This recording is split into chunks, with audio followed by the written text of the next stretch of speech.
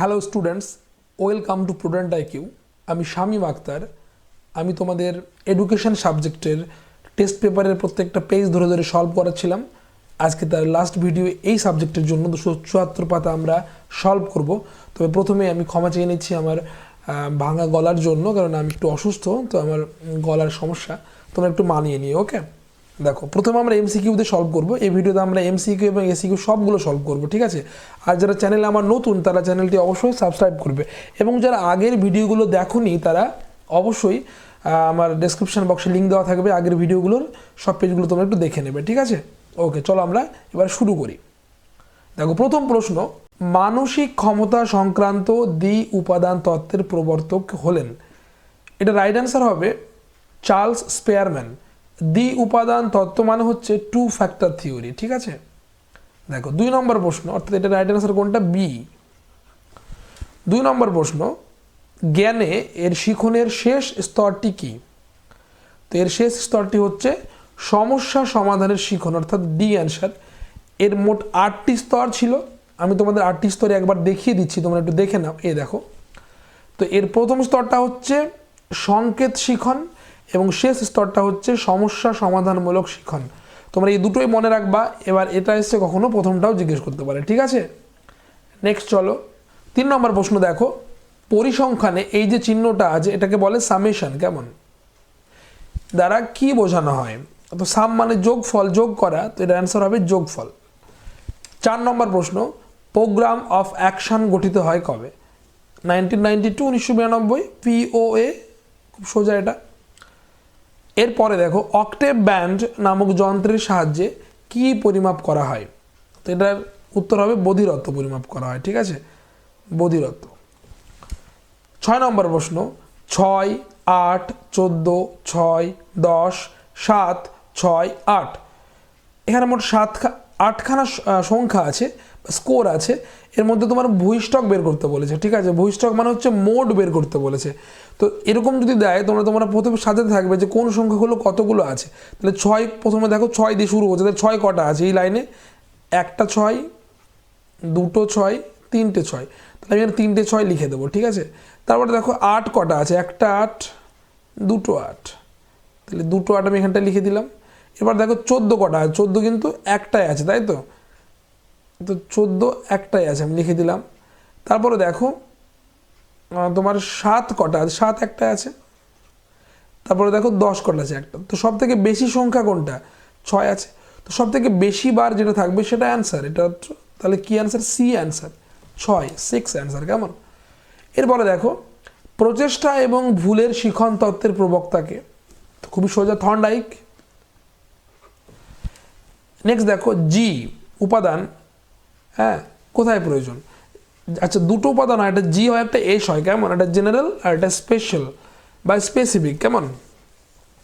তো এখানে জি মানে জেনারেল, মানে সবার জন্য, আর যদি এস থাকতো তাহলে কি হতো? বিশেষ হতো। কেমন? 9 নম্বর দেখো, নবোদয় বিদ্যালয় গঠনের কথা কোন কমিশনে বলা হয়েছে?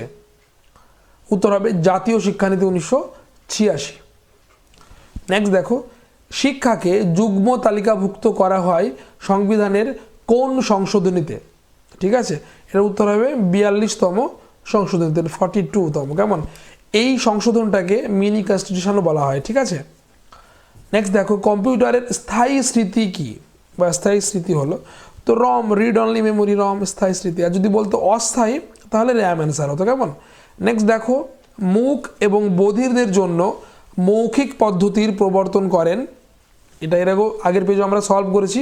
রাইট অ্যান্সার জোয়ান পাবলো বনে। রাশিবিজ্ঞানের নেক্সট কোয়েশ্চেন, রাশিবিজ্ঞানের একটি পরিসংখ্যা 11 হলে তার ট্যালি চিহ্ন হবে। তো ট্যালি চিহ্ন বের করতে গিয়ে তোমাদের বলেছিলাম যে একসঙ্গে একটা না 5টা, আমরা 4টা করবো। এইটা 5 হলো, 4, 5, 10 হলো, তাহলে 1 এরকম কোথায় আছে? সিতে আছে, দেখো, ঠিক আছে? এর আমি তোমাদের এর আগের ভিডিওগুলোতে দেখবে কীভাবে করতে, আমি শিখিয়েও দিয়েছি তোমাদের, ঠিক আছে?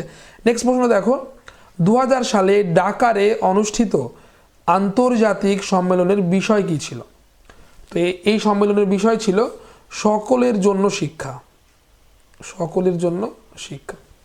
আচ্ছা, তোমার মনে প্রশ্ন, ডাকার একটা শহরের নাম, এটা হচ্ছে একটা দেশ আছে সেনেগাল, সেনেগাল, সেটা আফ্রিকা মহাদেশের, সেই দেশের রাজধানী হচ্ছে ঢাকার। কেমন? নেক্সট দেখো, স্কিনার প্রবর্তিত সক্রিয় অনুবর্তনটি হচ্ছে আর টাইপের। কেমন? আর টাইপের। নেক্সট দেখো, ভারতীয় সংবিধানের ড্যাশ ধারায় 14 বছর পর্যন্ত সকল শিশুদের জন্য বাধ্যতামূলক শিক্ষার কথা বলা হয়েছে। খুবই সোজা, ডিপিএসপিতে আছে 45 নম্বর ধারায়, ঠিক আছে, ডিরেক্টিভ প্রিন্সিপাল। এটা হচ্ছে 6 থেকে 14 বছর বয়সে সকল শিশুকে তোমার বাধ্যতামূলক শিক্ষার কথা বলা হয়েছে এই ধারাতে, ঠিক আছে। নেক্সট প্রশ্ন দেখো, জনার্দন রেড্ডি কমিটি কত সালে গঠিত হয়? ঠিক আছে, এটা রাইট অ্যান্সার 1992। নেক্সট দেখো, ভারতে প্রতিবন্ধী দিবস পালন করা হয় 15ই মার্চ। 15 মার্চ। সরকারি চাকুরি সংক্রান্ত সম সুযোগের কথা বলা হয়েছে ভারতীয় সংবিধানের কোন ধারায়? রাইট অ্যান্সার 16 নম্বর, অর্থাৎ এ প্রথমটাই রাইট অ্যান্সার, 16 নম্বর ধারায়, ঠিক আছে। এটা একটা মৌলিক অধিকারের মধ্যে পড়ে। ভারতের মৌলিক অধিকারগুলি 12 থেকে 35 নম্বর ধারা অবধি আছে। কেমন? নেক্সট দেখো, প্রশ্ন দিয়েছে 8, 6, 10, 12, 9, 14, 4 স্কোরগুলির গড় কত? ঠিক আছে, গড় বের করতে বলেছে।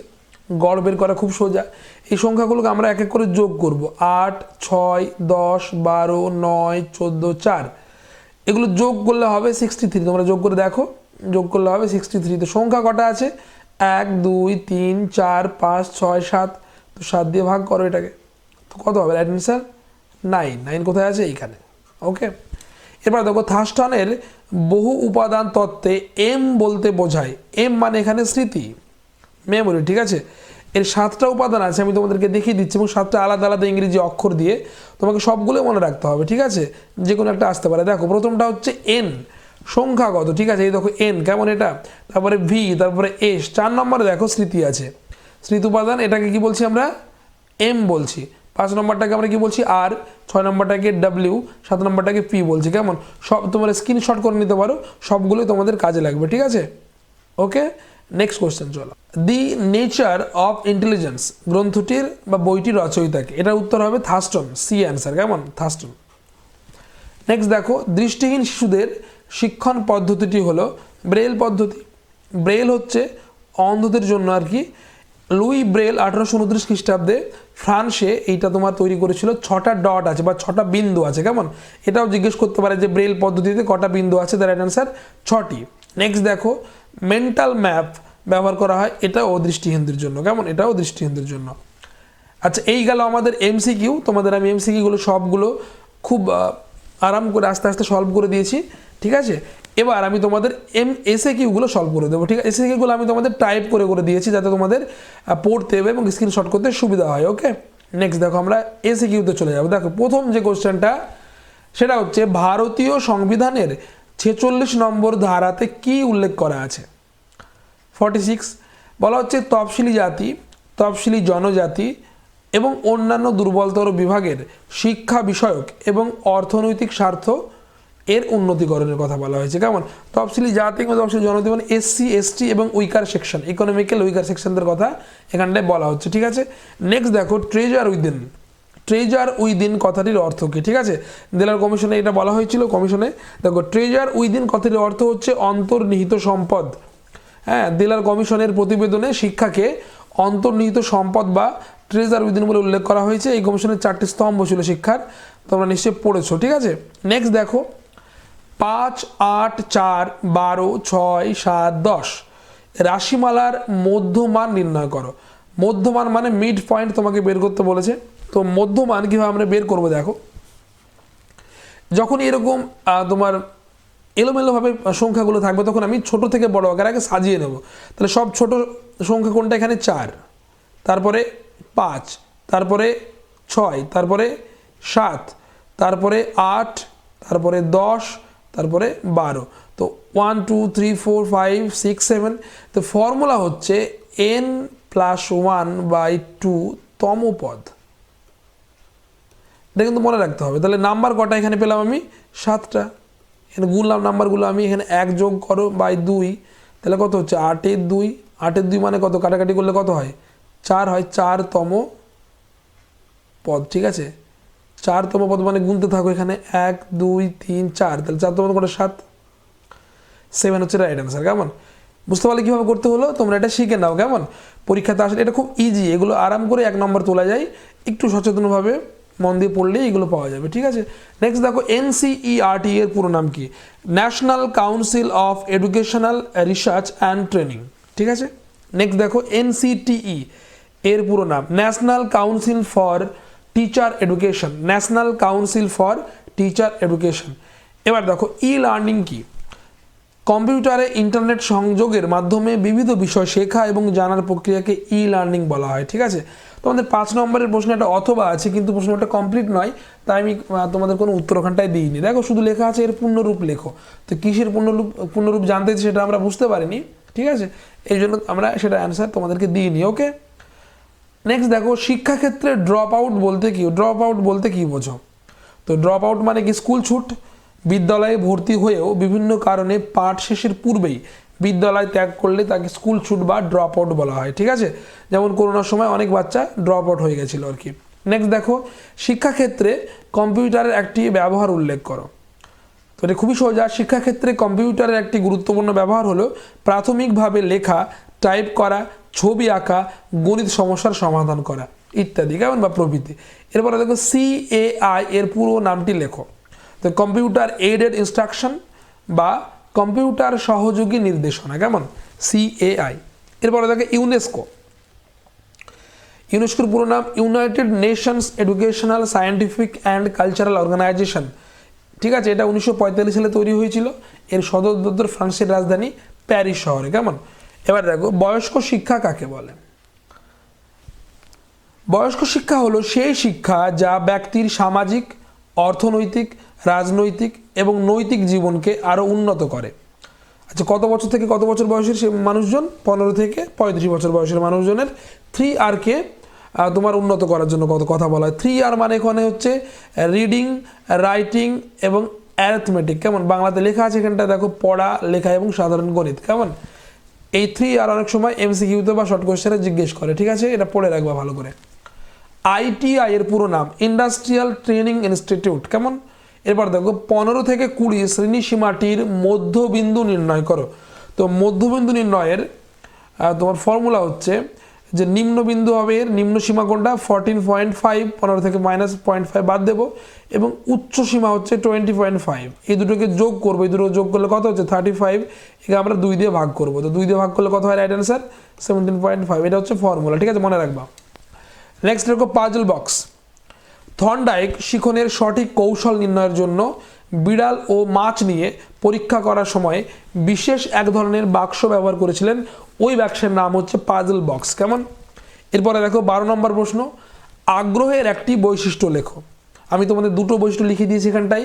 1 নম্বর হচ্ছে আগ্রহ চাহিদা নির্ভর, চাহিদা নির্ভর, অনুরাগ সৃষ্টির মূল কারণ হলো চাহিদা বা অভাববোধ। ঠিক আছে, 2 নম্বর হচ্ছে আগ্রহ একটি মানসিক অবস্থা।